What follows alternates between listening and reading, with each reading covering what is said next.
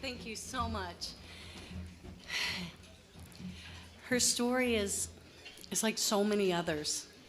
Um, when these women come and they share where they've come from and what they've gone through, and seriously, it's dark and it's ucky, and it's hard to be surprised by anything. You really feel like you've heard it all, but just when you think you've heard it all, someone comes with a worse story. And so I do think it's important that you understand where they come from and where they can go.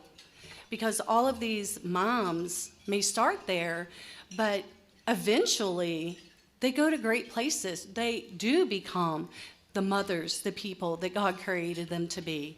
And it's wonderful. Our other mom, Brianna, is not here tonight. I was just checking to make sure because she works medical, she works in surgery, and she was on call and there was a surgery scheduled and she wasn't sure if she would be able to get through that and get here in time. She can't. And we just found that out this about 5. And we got a copy of what she wanted to say to you. And so I'm going to read it to you because it's new to me too. Not that I don't know her story. I wasn't her coach on record. That was Pam. And so I don't know what details she's sharing. So let's see. Oh, look at this. She started with, "I'm really nervous to do this. Please bear with me." She knew I was going to read it. She goes, "Here's my story. I have felt crummy at work all day and left early. As I drove past Pregnancy Resource Center, I decided to stop and get a pregnancy test. Being pregnant was not really an option for me at this time.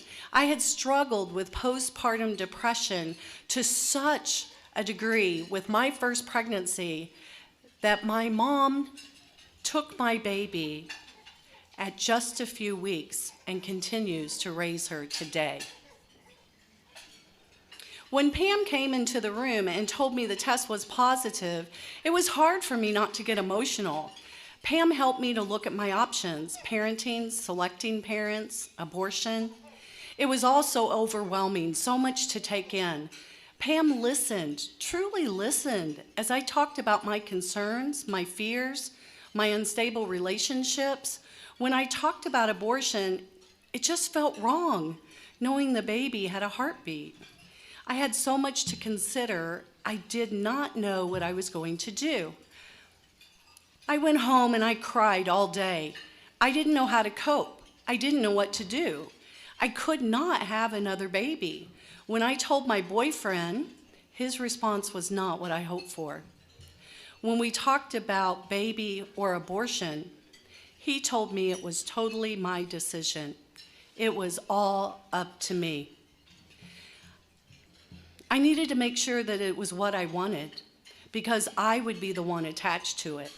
He reminded me that money was very tight and babies cost a lot of money. He said maybe we could have a baby later when finances are better, and we were married. I told my mom, and even though she said she would always be there for me, she also said she would not raise another child of mine. She said the decision was all up to me. In that moment, I felt hurt, alone, all by myself, with the weight of the world on me. In that moment, I felt conflicted about my relationship with my boyfriend. In that moment, I started down a spiral of real depression. I couldn't cope. Over the next several weeks, I would return to the pregnancy center for ultrasounds and coaching. While at the pregnancy center, I would feel confident in my decision to parent my baby. The encouragement and support that I felt made me think maybe I could be a good mom. I could do this. My friends and family were telling me something different. They were telling me that my situation was not going to get better. My relationship was rocky, reminding me of my major struggles with depression. I was on a roller coaster of emotions. And my best way to get off was an abortion. Saturday, January 14th, I scheduled an appointment with Planned Parenthood, and I made the trip to Illinois. My cousin lived just a few blocks from Planned Parenthood, and she said she would go with me.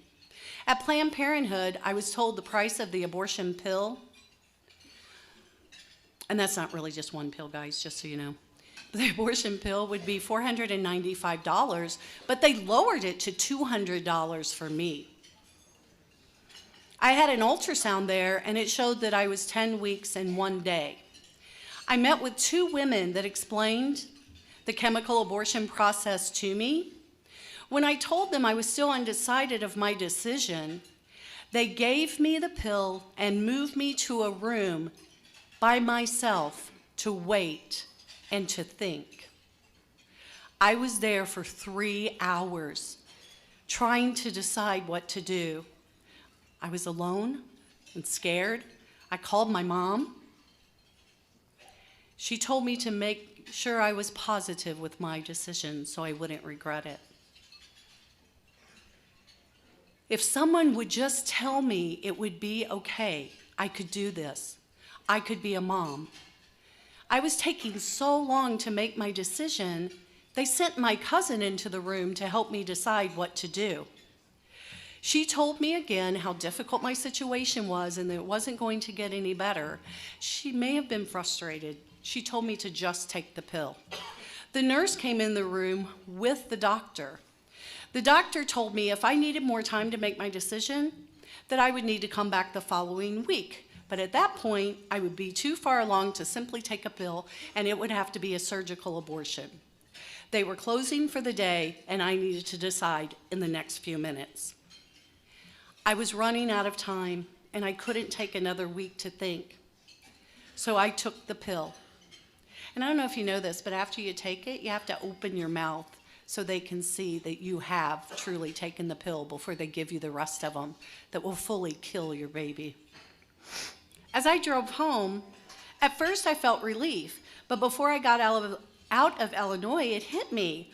All I could do was think about the fact that I could never hold my baby. I'm sorry, guys, this is hard. I was a wreck. I cried and cried as I tried to keep my car on the road. I finally had to pull over, and I cried and I cried and I cried some more. By the time I got home, I was exhausted, broken, and alone. My mind was racing, and I cried all night long. I had made a mistake. I had such regret, and I didn't know how to move forward.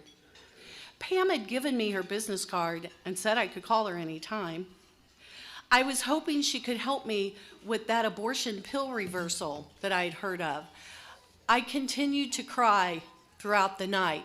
Finally, I couldn't wait any longer. Sunday morning at 5 a.m., I sent Pam a text, and I said that I had made a mistake, and I hoped that she could help me. Pam called me immediately and talked with me about the abortion. She made some calls to start the reversal process. I met with Pam and Jane at the pregnancy center Sunday morning. I was given the protocol to start the reversal. They spent several hours with me, talking with me, listening to me. For the first time in weeks, I felt real hope. I would return the following day for an ultrasound, and my greatest fear is that at that ultrasound, my baby would not have a heartbeat. I was so scared. I'm happy to say that today I'm 20 weeks along, and baby Mallory Lane is doing well, and I'm anxiously awaiting her arrival.